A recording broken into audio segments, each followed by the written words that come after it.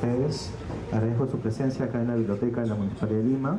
La Gerencia de Cultura de la Municipalidad Metropolitana de Lima apoya diversos eventos culturales y académicos. En esta oportunidad estamos presentando el libro Lima Subterránea, que es una compilación de artículos referente a historia y arqueología de temas limeños. Doctor Choi, por favor, para que pasen a la mesa.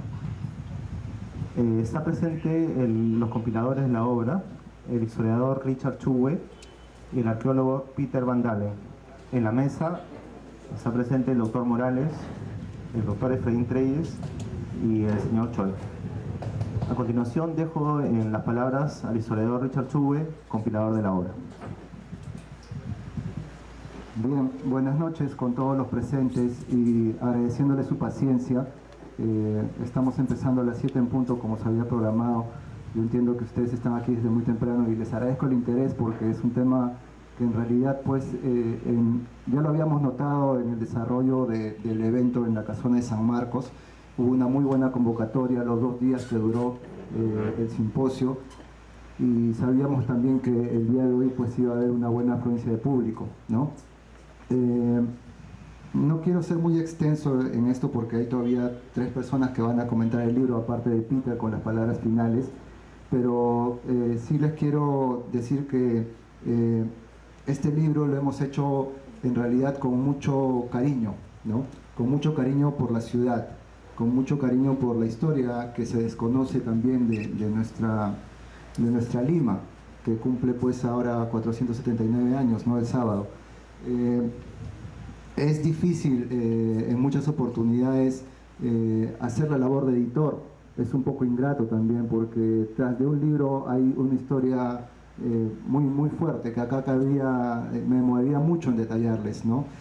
Por eso le agradezco también a todos los articulistas, veo aquí a muchos de ellos presentes, a Miguel Fon, por ejemplo, a Paul Pérez, Antonio Coelho, Hugo La Rosa, todos los que están incluidos en el libro me han demostrado con su profesionalismo, su amistad, su interés porque esta historia se difunda, que son personas que tienen pues mi total respeto, ¿no? Y gratitud. Bien, ¿por qué investigar acerca de los restos coloniales, virreinales que tiene nuestra ciudad? ¿Cuál es el interés que nos mueve a difundir este tema? Hay un ejemplo que les puedo citar que es de actualidad, ¿no? Yo lo he difundido ayer en mi blog. No sé si están al tanto acerca de lo que está pasando en Miraflores al presente, ¿no? La construcción de estacionamiento subterráneo al costado de la Iglesia Virgen Milagrosa. Bien, se hicieron las prospecciones arqueológicas para determinar la inexistencia de restos arqueológicos y se determinó que debajo o en el mismo lugar donde se piensa hacer el estacionamiento subterráneo existen evidencias de muros que corresponden al antiguo cementerio de Miraflores y también un antiguo canal de regadío colonial, ¿no? Sin embargo, el Ministerio de Cultura ha considerado que esos vestigios no revisten mayor importancia y la empresa constructora Los Portales pues tiene vía libre para destruirlos. Entonces es un poco, yo entiendo que acá también hay muchas personas del Ministerio de Cultura, yo no tengo ningún temor en decir esto, ¿no? A veces me siento decepcionado por lo que pasa con la política de la protección al patrimonio monumental aquí en el Perú. No solamente son estos restos coloniales o virreinales republicanos que pueden ser destruidos, sino hay muchos más que lamentablemente también ya no los van a poder ver los que nos sigan. El año pasado, por ejemplo, en Jesús María se cometió también un atentado contra unos restos de una casa colonial. En La Perla se destruyó la casa del presidente, ¿no? Y muchas cosas más pueden pasar en Lima si es que los investigadores, las personas interesadas no aprenden a querer a su historia, ¿no? Por eso es que este libro es importante, porque estamos mostrando diversos casos de estudio de colegas, amigos, que la población en su mayoría desconoce. y en general es un tema que todavía da para mucho más. En la introducción del libro yo manifiesto que fueron 13 personas las que intervinieron como ponentes. Aquí están compilados 10 artículos. Los otros 3 lamentablemente no se pudieron integrar al texto por motivos personales, y asimismo pues hay muchas otras investigaciones que todavía esperan ver la luz. Entonces esto es un llamado también para toda la comunidad, para que esto se siga difundiendo, se siga investigando. Yo los llamo para que ustedes también se apropien de la historia de su ciudad y que contribuyan a que esto se siga difundiendo, ¿no? Bien, el libro está editado por el Fondo Editorial de la Universidad de San Marcos, que es nuestra alma mater. Tiene un precio de 40 nuevos soles en librerías y en el mismo fondo editorial. El día de hoy lo estamos dejando a mitad de precio, como con una oferta. Pueden escribir, si es que no lo han logrado adquirir hoy, a limasubterránea@gmail, y ahí también lo van a poder encontrar con un descuento con respecto a su precio real. Eso es todo lo que yo les quería manifestar, y disculpen que sea tan breve, pero todavía, como les digo, hay muchas personas que van a comentar lo que es esta obra, ¿no? Gracias.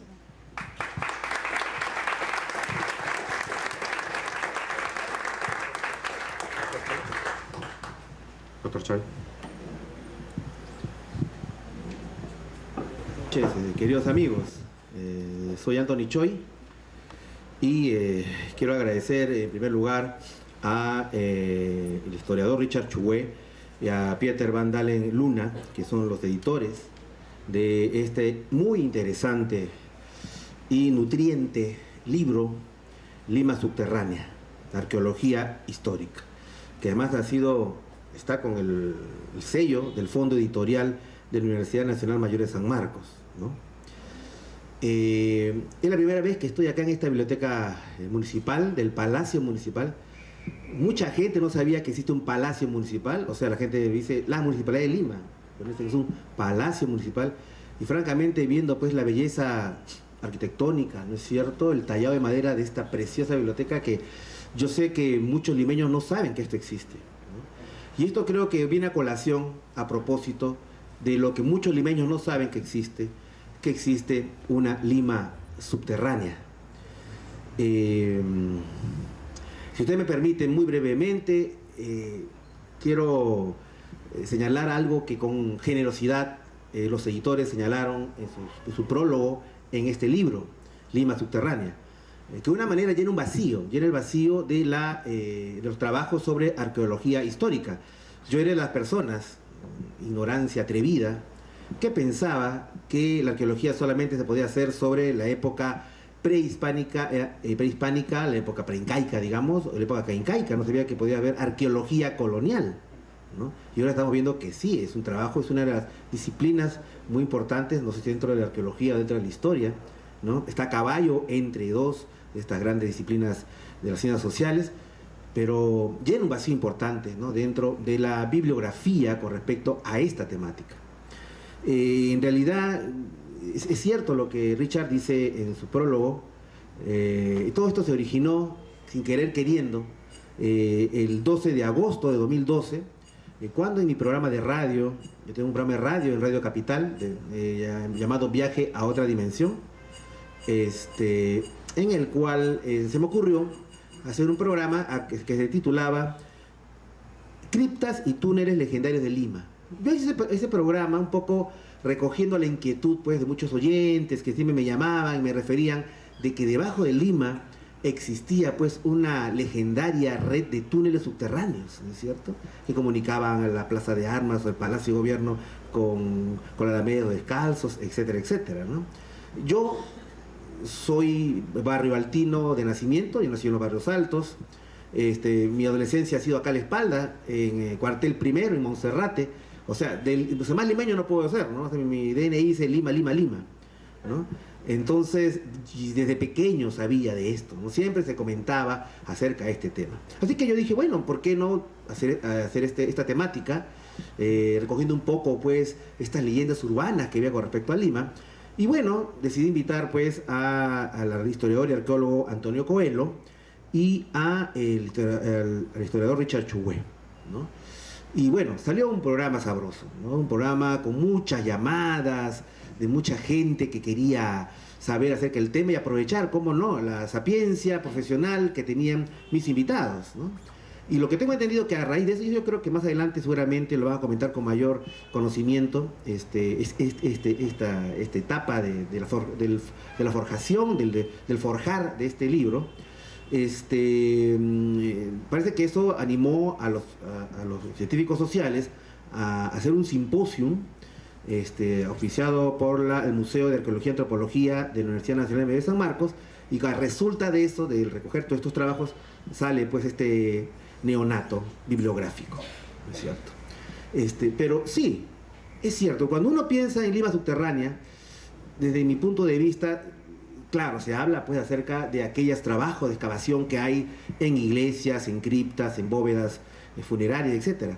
Pero yo creo que también se puede aludir a esa Lima subterránea que es parte del imaginario colectivo que tenemos todos los limeños o lo que vivimos en Lima, ¿no es cierto? Porque nuestra ciudad está llena pues de muchas leyendas, de muchos mitos. Me gustaría rápidamente citar algunos, ¿no es cierto? En el imaginario de los limeños existe esta Lima legendaria, la red de túneles que pasan por debajo de Lima, comunicando Palacio de Gobierno con la iglesia y los Descalzos, pasando por debajo del río Rímac, o comunicando con el puerto del Callao, o interconectando diferentes conventos e iglesias como San Francisco, San Pedro, la Catedral y luego la mencionada iglesia de los Descalzos. Estos son a manera de túneles que se hablan también en otros sitios, ¿no? Como el castillo Unanue de Cañete, que une justamente el castillo con la playa Cerro Azul, o como lo que se habla, la de las legendarias chincanas del lago Titicaca o del Cusco Imperial, en el cual se comunican Sacsayhuamán con el Coricancha, ¿no? Leyendas como que el Cerro San Cristóbal es un volcán apagado, cuyo sueño de fuego está protegido por una cadena del santo San Cristóbal, para no despertar al gigante dormido. O como que los tesoros de Catalina Huanca se perdieron por el Carmen Alto y estarían por los cerros del Agustino, y para eso señalan como indicios las cuevas de minería informal abandonada. O como que la profecía de Santa Rosa de Lima decía que algún día el mar se iba a salir y que la nueva Costa Verde estaría en el Jirón de la Unión. O que conventos de monjas y monjes están conectados para impíos encuentros nocturnos, y que prueba de esto serían clandestinos parvularios de fetos, nunca encontrados, o al menos hasta ahora no revelados.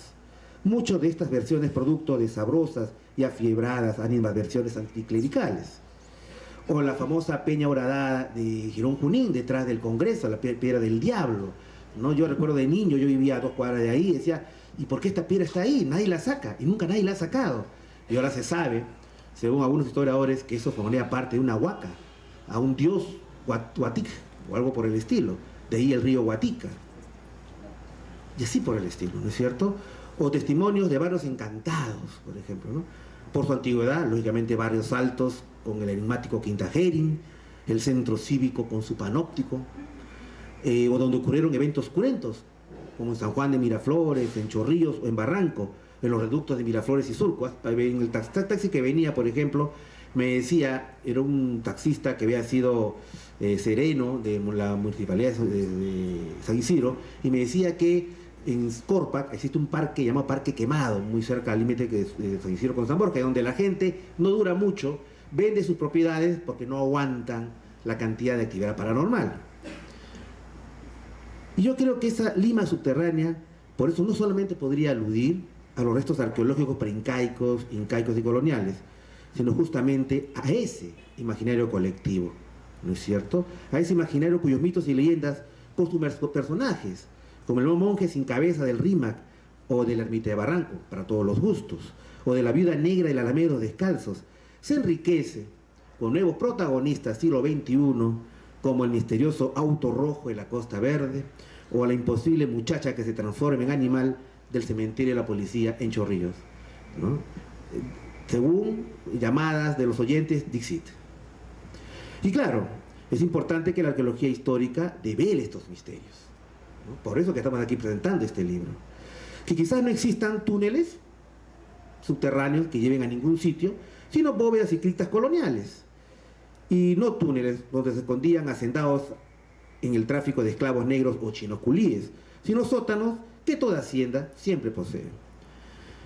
Pero yo creo, queridos amigos, que siempre habrá un espacio a esa Lima milenaria para la subsistencia de sus misterios y secretos nunca develados, porque eso precisamente enriquece y hace más encantadora la hermosa y enigmática ciudad en la cual vivimos. Reiteramos por eso el agradecimiento que Viaje a otra dimensión de Radio Capital haya servido como un piedra de toque para que luego se derive en este logro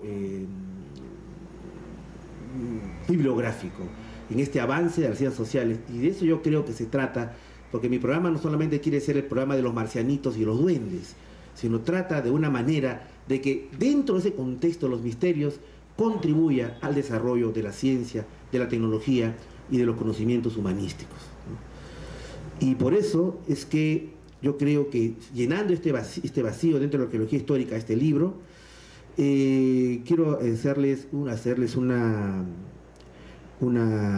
sugerencia.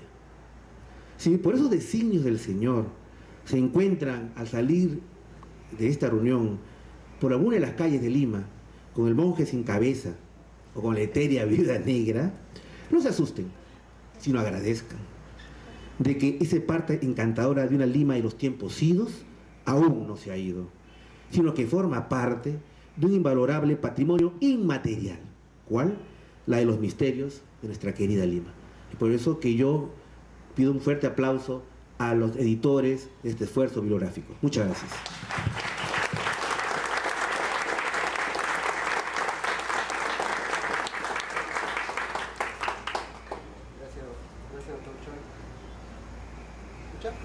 Entonces con la presentación del libro y dejamos las palabras ahora del historiador doctor Efraín Treyes.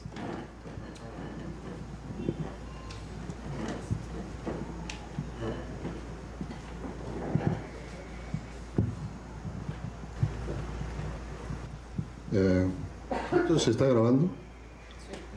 Ah, qué pena, porque preferiría hablar sin micro. Pero preferiría hablar sin micro, digo.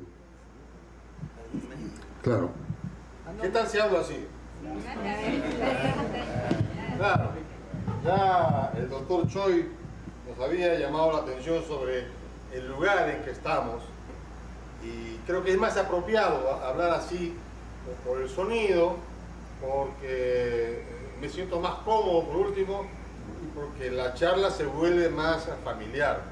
Debo empezar por decir una cosa, simplemente no quiero debatirlo, pero el día que la arqueología, o más todavía, el día que la arqueología colonial haya despejado un misterio, hemos roto el encanto. Si alguien quiere embarcarse, veo que sí, en esta aventura de la arqueología colonial, a lo más que podemos aspirar es a compartir entre nosotros los vacíos y aprender a partir de ello y orientarnos de una manera vital más que racional. Ya eso por delante me permite saludar este libro con un voto de aplauso. Como no estamos en el Congreso, por favor, ahí nomás. 1. 2. Acabo de descubrir lo importante que es un libro. Podrán, no estamos en el siglo XII, lo importante que es un libro. ¿Por qué? Porque no lo he visto hasta hace pocos minutos. Conozco a Richard, me manejo bien con él, pues me mandaba por correíto fragmentos y yo veía fragmentos y cuando ya me había acostumbrado me mandó el formateado y entonces entré al y entonces iba de una página a otra sin entender bien, Dios mío, hasta que he tenido el libro, hasta que lo he podido ver, hasta que he podido palpar, ver párrafo por párrafo y afirmar efectivamente que estamos ante una bienvenida joya. En la portada hay unos señores muy serios que nos miran desde una cripta, ¿no? Que nos representan un poco. Pero ¿qué hay detrás de esto? ¿No? A ver, por ejemplo, hay cosas, Lima tiene su personalidad, nos tiene tomado, ¿no es cierto? El Cusco es otro caso.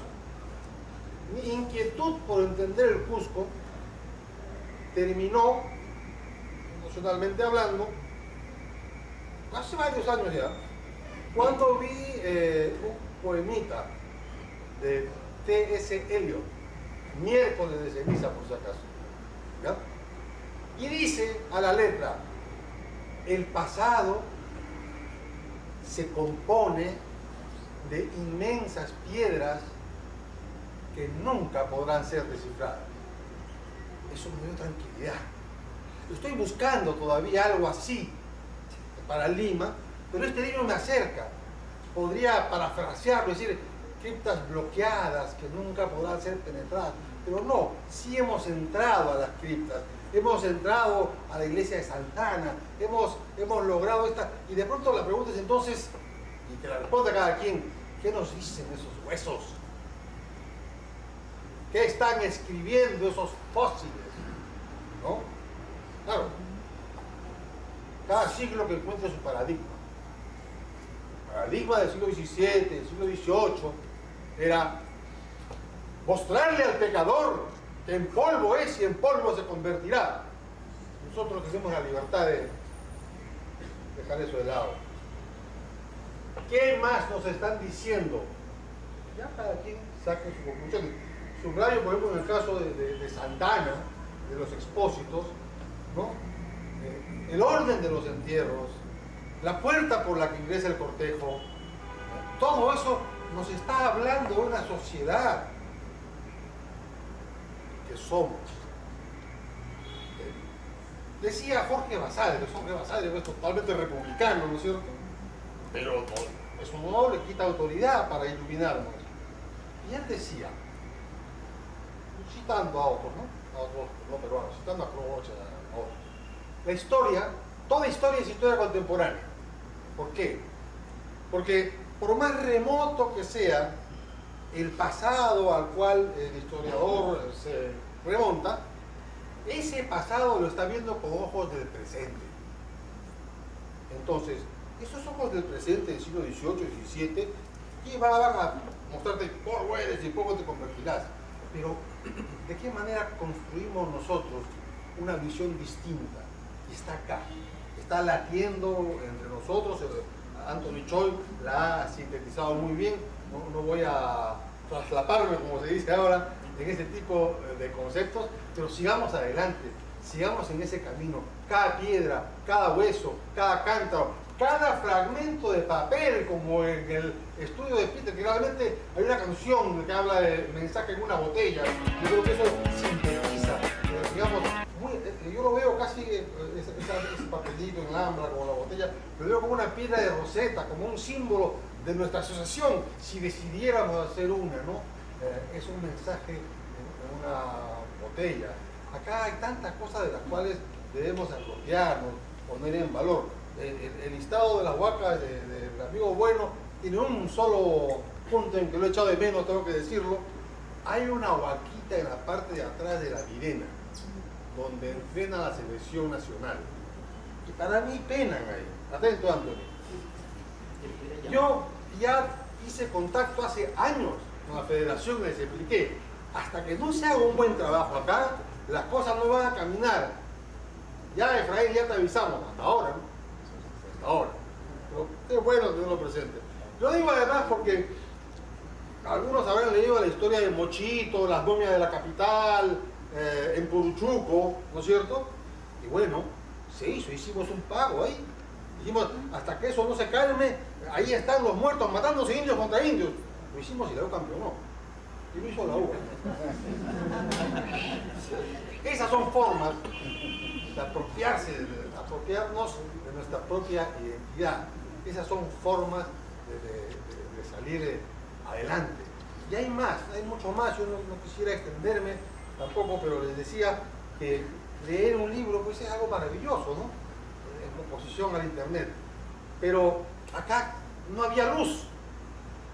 Atardecía todavía, soy el único inglés nacido a orilla del Chumbau. Y salía a la ventanita porque había luz. Y dije, qué maravilla, leeré en la portada de la capital. La baranda llena de excremento de paloma, grueso.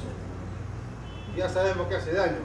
No importa, dije, yo he hecho un campestre, me asomaré, sacaré el libro. Gruesas gotas caían como en Andahuaylas de los aires acondicionados. Después esa imagen, ¿no? ¿En qué terminará esta película? ¿Qué encontrarán los arqueólogos de acá 100, 200 años? No sé, no lo entiendo. Pero será sabroso, será espectacular, porque Lima ha sido siempre así, ¿no? Y termino con dos detallitos. Uno es, lo decía Anthony, lo ha dicho Richard también, estudiarse, ¿no? Esta picaresca, esta ciudad, en el siglo XIX se decía Babel de razas, ¿no? Bueno, esta imagen de Lima, como el mundo al revés, para usar a Poma, esta imagen de la Lima de Icharate, vamos, cuando sea o no sea Santa Rosa, perdóname Santa por hablar así, sea o no sea santa, es cierta la historia que cuando su, digamos, decreto, para hablar en términos republicanos, de canonización, fue puesto sobre el escritorio del Papa Inocencio III, y el Papa dijo, y dijo, ¿qué? Limeña,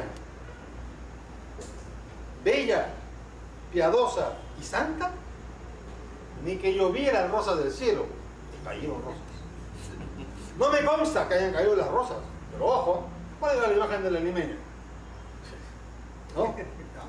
Pero la primera imagen que yo tengo de esa Lima conspirativa es tempranísima y no puedo dejar de mencionarla en este momento festivo en que saludo y felicito a todos los autores, a los cuales no he mencionado porque no pretendo ser enciclopédico, pero a todos los voy a seguir. Es una gran selección de nombres, y eso que ha habido bajas, hablando de medio futbolístico, ¿no? Lesionados como Ramón y un par de chicas más, dos por lo menos, ¿no?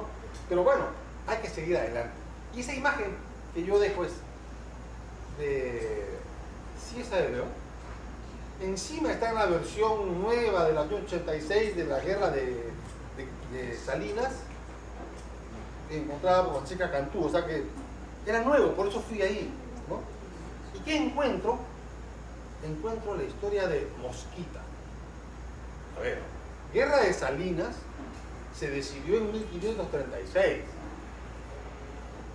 Quizá agosto, quizá junio, julio. O sea, Lima tenía 1 año y meses de fundada, ¿verdad? Bien. ¿Cuál es esta historia? Se han levantado los almagristas en el Cusco, ¿verdad? Ahí se la ciudad. Ya han tomado presos a Hernando, a Gonzalo. Bueno, si tú eras un almagrista prominente en Lima y te enterabas de lo que había pasado en el Cusco, estabas en aprietos. ¿Por qué? Porque o lo censurabas al Almagro y te unías a Pizarro, o salías como sea con Almagro, porque de alguna manera tenías que estar con los tuyos, no te ibas a quedar en Lima, ¿verdad? Y ese era el drama de un grupo de almagristas que, habiendo escuchado de la rebelión en el Cusco de Almagro y estando en Lima, no veían la manera de zafar cuerpo y largarse al Cusco para estar con Almagro. No eran giles, si permiten la expresión. Entre ellos estaba Rodrigo Ordóñez, que años después mataría a Pizarro. Y decidieron tomar una comisión, o sea, paraban juntos, de cuidar, salir a la ciudad hacia el norte, y una vez que estuvieran fuera de los límites de la ciudad, con rumbo norte, girar para dar la vuelta por Cieneguilla, morir a Cieneguilla, corriendo hasta salir al sur por Pachacamac, a picar al Cusco y a subir, a Pisco primero y a subir a la sierra. Listo. Buen plan. En el momento en que salían para el norte muy temprano y giraban para ir al sur sin ser descubiertos, ven a un fulano y lo ven, los han visto, hay que matarlo, lo reconocen, no lo mates, es Mosquita. ¿Cómo? Sí, no lo mates, es Mosquita. ¿Quién era Mosquita? Mosquita era el apodo de un fulano, un lunático, un célebre loco callejero. Entonces evalúan, si se van, déjame Mosquita, y se van. Y corren por Simlamonía, y corren por Cieneguilla, y bajan por Manchay, cruzan el río Lurín, salen al sur de la ciudad sagrada, van a tomar rumbo al Cusco y los está esperando a Francisco Pizarro con su gente y Mosquita señalando. Conclusión, Lima no tenía 2 años de fundada y ya en sus calles pululaban célebres orates. Adicionalmente, más de un servicio de espionaje conspiraba a diario. En esta ciudad, en ese entramado con que los dejo, aparece esta Lima subterránea, donde yo veo algo más. Yo veo algo más y espero que se mantenga. Ya con la edad uno se puede mandar, ¿no? Yo veo en este libro y en este título el grito de guerra de la generación ochentera. Y quiero creer que es así. Quiero creer que esa generación formada pues, en la Lima subterránea, que organicemos el Perú, que cantaban el Perú y todo eso. Ahí está, ya está, ¿cierto? Bueno, mantengan esa vitalidad, mantengan esa inquietud, busquemos ese horizonte. Y termino pidiéndoles que examinemos una última posibilidad de una Lima enterrada. En San Francisco, en el convento, de la biblioteca, hay una parte en que se ve un trazado muy anterior. En San Marcos también. Abajo del Congreso también, cuando se quisieron hacer un baño sauna. Yo los he visto, los tengo en la mente, soy un aficionado, pero siempre he sospechado que hay una Lima inicial que no duró más de unos 4 o 5 años y fue rápidamente cambiada por la primera Lima que conocemos, y que esa Lima inicial pues fue un poco así, a como se pudiera, y que apenas, o sea, cuartos pequeños, y un decorado, que realmente lo tengo acá y no me canso de decirlo, porque pasaron los años, el Banco Vice creo hizo su gran investigación en el brujo, y cuando vi el diseño del brujo, yo siento que hay algo de eso en esas primeras fracciones de la Lima inicial. Y me pregunto, en lo de Bodega de Cuadra se habla que toda esa región está sometida igual, ¿no es cierto?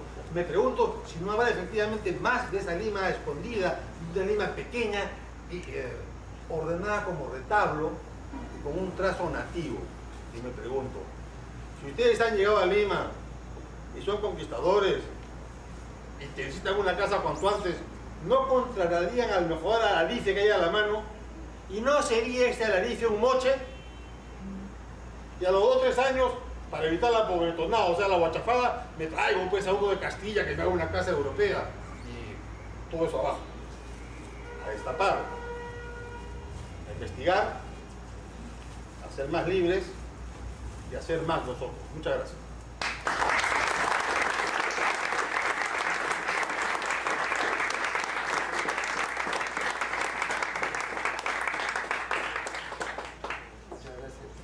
Traídas.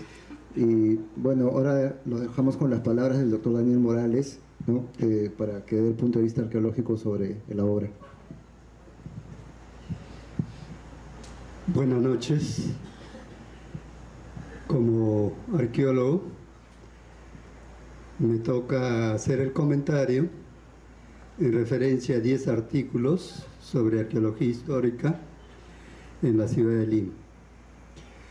Estos 10 artículos pertenecen a trabajos de investigación en los subterráneos de las iglesias coloniales, casonas, huacas y canales prehispánicos.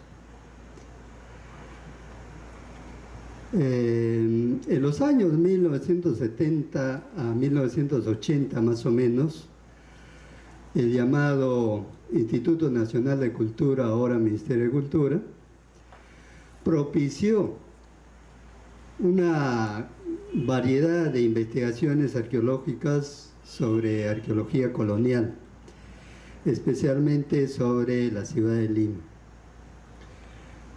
Se hicieron, por ejemplo, trabajos en la iglesia de San Francisco, en la Quinta Presa, el canal de Huatica, la catedral y algunas casas coloniales. Lamentablemente, estos informes no fueron publicados y la mayoría de ellos son desconocidos y solamente quedan como informes en el antiguo Instituto Nacional de Cultura.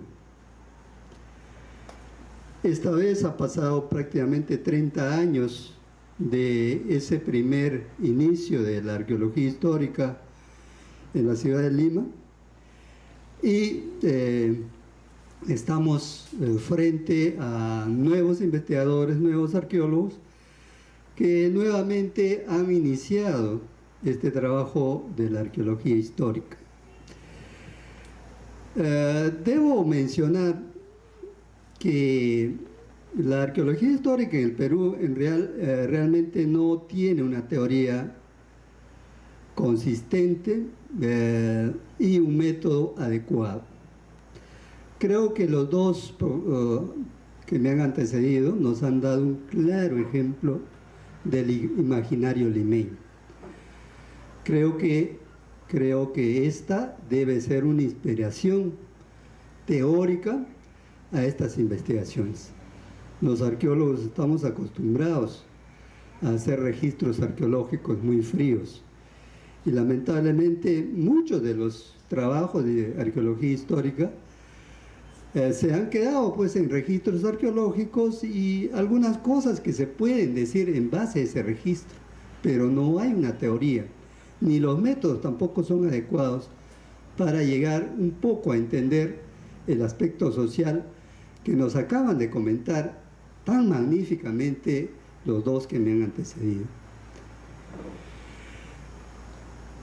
Bien, puedo empezar haciendo el comentario de que los artículos que se presentan aquí nos marcan tres etapas históricas en la ciudad de Lima. Uno, la Lima prehispánica, otra, la Lima virreinal o colonial, y finalmente la Lima republicana. En lo que concierne a la primera etapa, Lima prehispánica, el doctor Alberto Bueno nos presenta con el título de Arqueología subterránea en la ciudad de Lima un panorama casi completo de las huacas que existieron en esta ciudad. Algunas de ellas ya desaparecidas, otras que todavía quedan. Nos dibuja una idea de lo que fue realmente antes de la llegada de los españoles la ciudad de Lima, la cual se mostraba tan grande, tan poblada y tan desarrollada urbanamente y con una serie de canales de irrigación, por ejemplo, y enormes huacas o santuarios. El doctor Alberto Bueno postula que el primer asentamiento prehispánico de Lima sería el sitio de Mateo Salado, a la cual él llama Limamarca, la cual estaba rodeada de una serie de otros asentamientos también bastante grandes, por ejemplo, Armatambo, en la cual en esta zona se desarrolló ahora Chorrillos, Surco y Barranco. Luego tenemos Limatambo, que habría estado en el distrito actual de San Luis, San Borja, Lince, La Victoria y Surquillo. Otra zona arqueológica prehispánica es Guayamarca, que estaría en el actual distrito de San Isidro y Miraflores.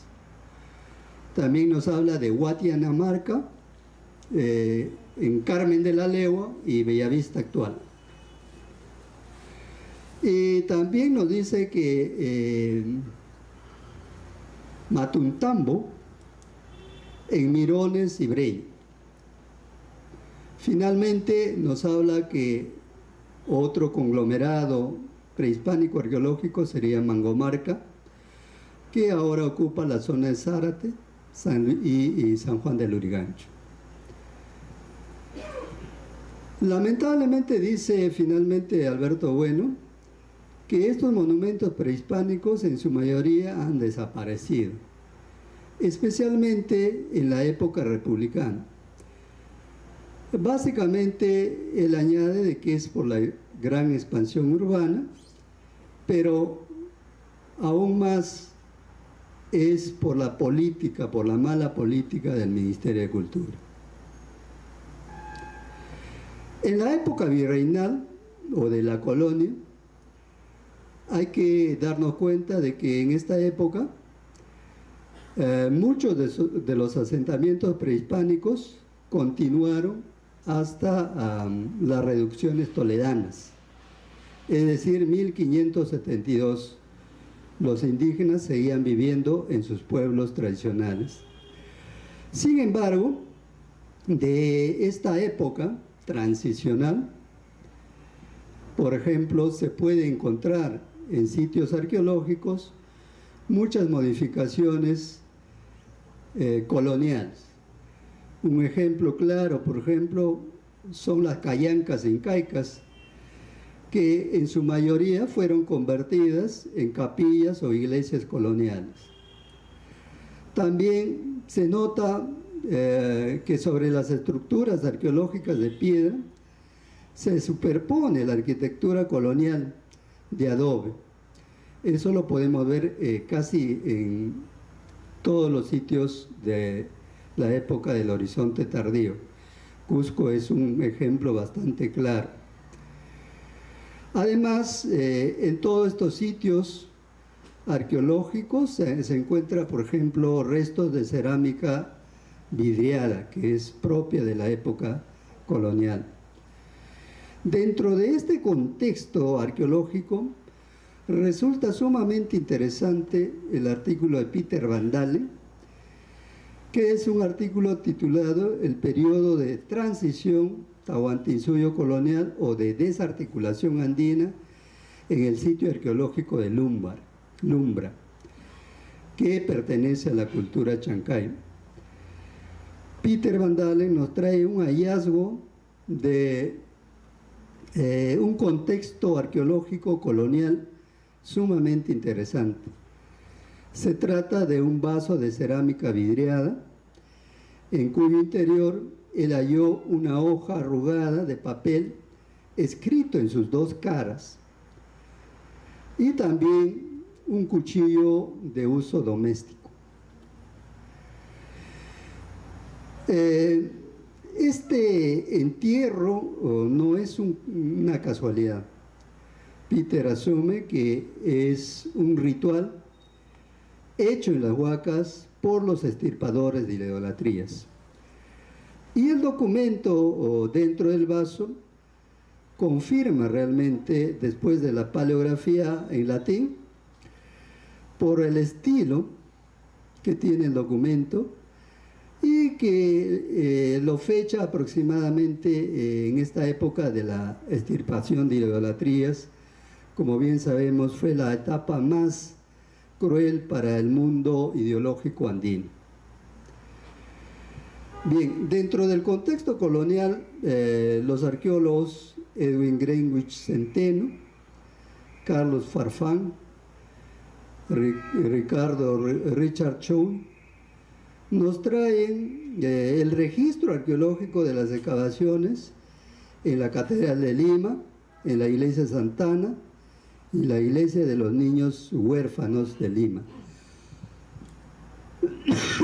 Todos ellos sobre contextos funerarios en los subterráneos o criptas de las iglesias. No solo se enterraban ahí los cristianos que tenían mucho prestigio, sino también económicamente pudientes. También se ha podido encontrar algunos restos de indígenas y negros. Esta costumbre de enterrarse en las iglesias, supuestamente en la época de la colonia, era para estar más cerca a Dios.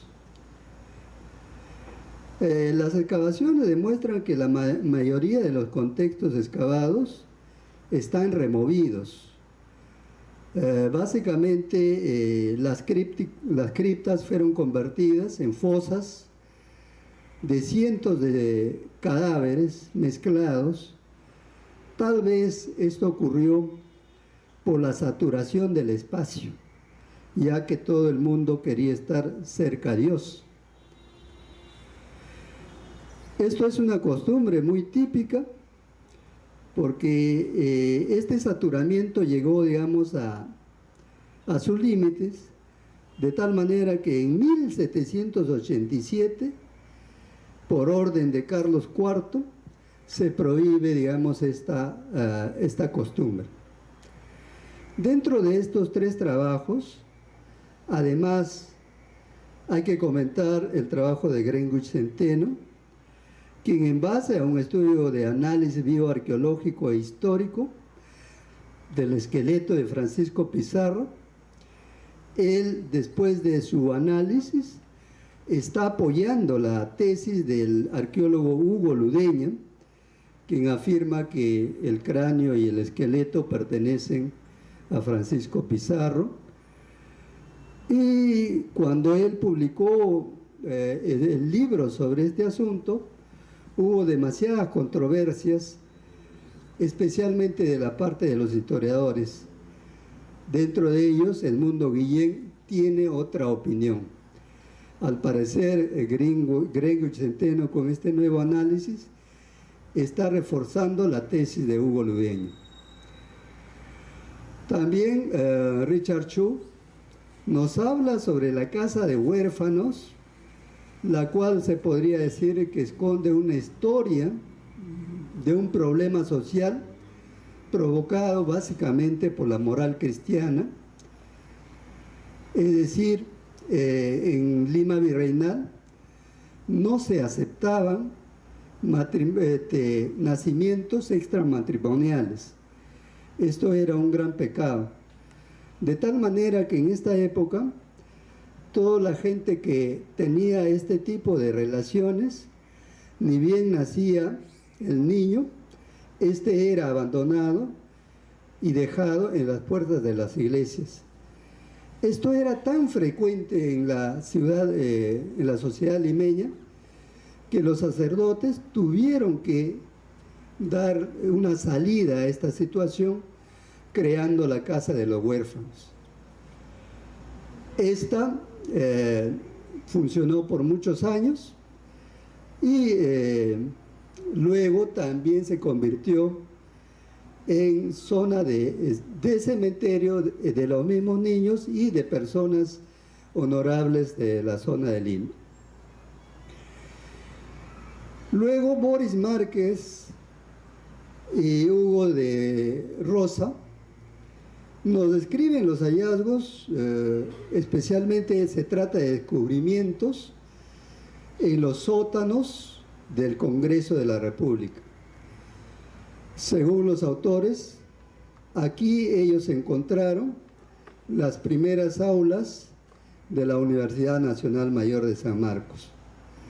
Como bien sabemos, la Universidad Nacional de San Marcos, desde su época colonial, que fue creada en 1551, tuvo muchos locales y uno de ellos habría sido el del Congreso. Lamentablemente, cuando en la República se construyó el Congreso, San Marcos fue prácticamente sacado de ese terreno y no se le indemnizó hasta este descubrimiento que hace Boris Márquez y el arqueólogo Miguel Cornejo, que en el Congreso Marta Hildebrand propone pagarle un sol a la Universidad de San Marcos para zanjar el problema. Imagínense. Toda la vida de la Universidad de San Marcos y sus locales ha sido bastante problemático, y creo que el artículo de Boris Márquez nos trae una historia justamente de estos locales de la Universidad de San Marcos. Siempre le despojaron de sus ambientes, nunca le dieron su recompensa o un terreno para que pueda funcionar la universidad. Luego tenemos el trabajo de Antonio Cuellar, quien realiza excavaciones en la escuela de la Facultad de Medicina de San Fernando. Esta quedaba muy cerca a la Plaza Italia. Aquí Antonio Cuellar encontró una serie de objetos usados para las clases de anatomía.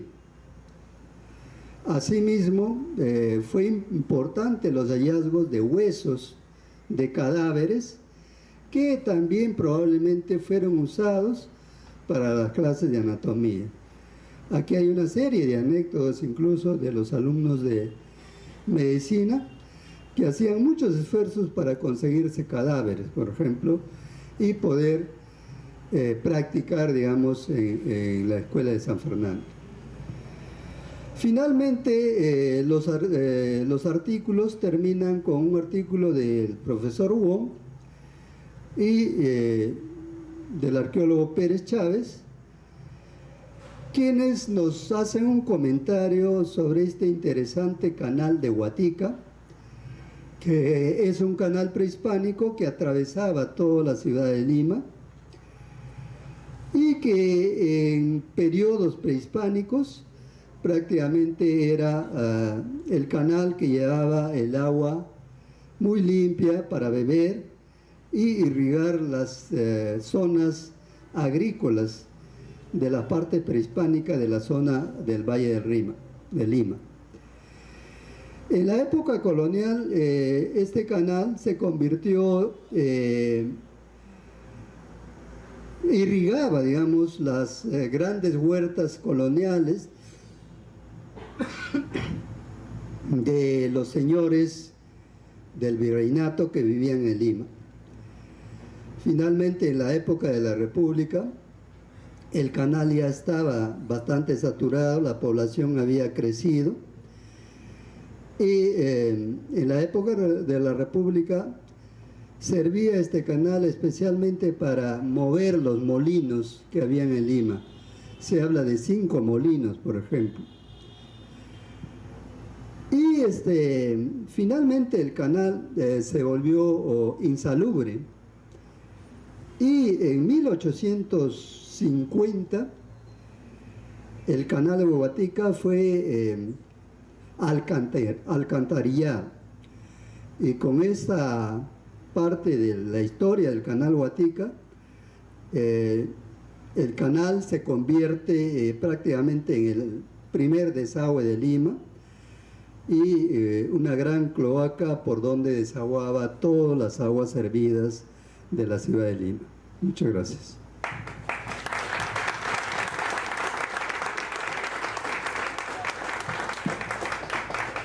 Bien, el doctor Morales ha hecho un resumen del libro. Yo espero que les interese pues, difundir lo que se ha compilado en esta obra, ¿no?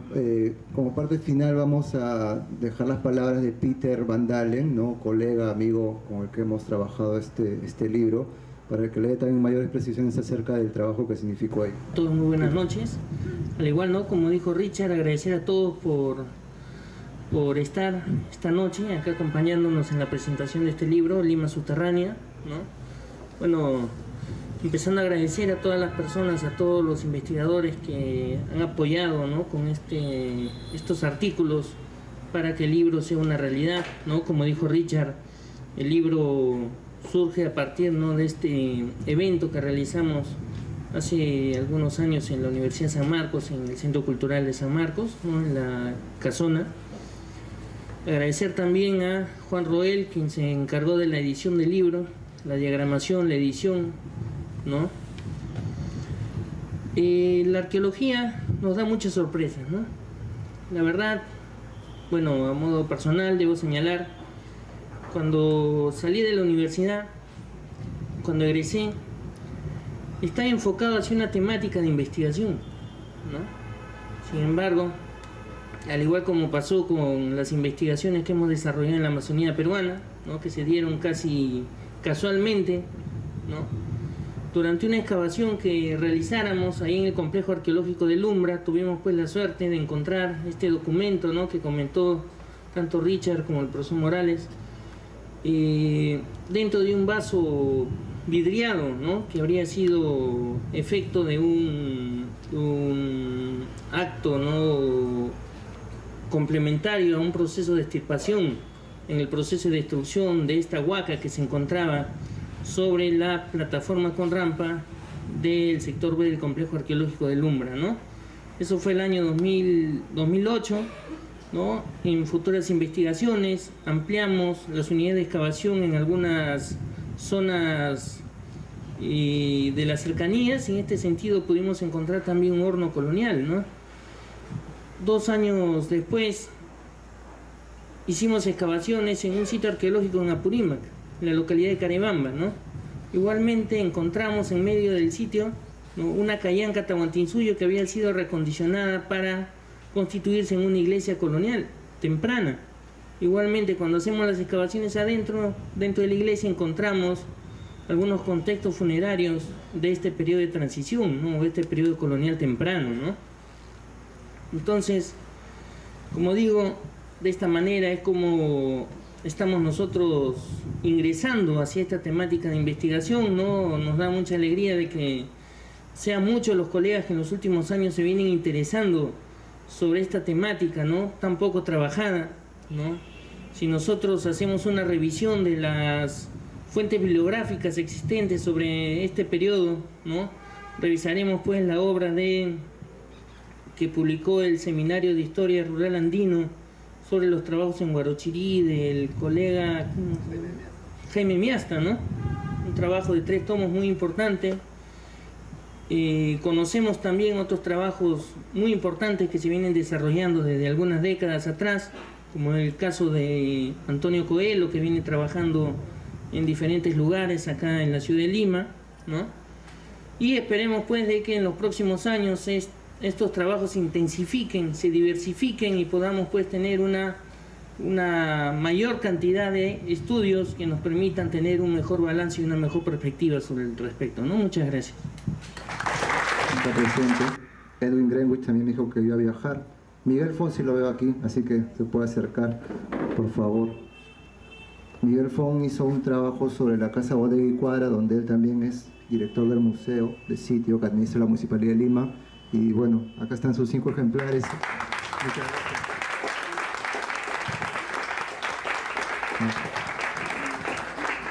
Antonio Coelho hizo un trabajo con Brian Bauer, ¿no?, que está en este momento en la Universidad de Chicago, en lo que es el antiguo Hospital de San Andrés, la primera ubicación del local de la Facultad de Medicina de San Fernando, ¿no? Antonio.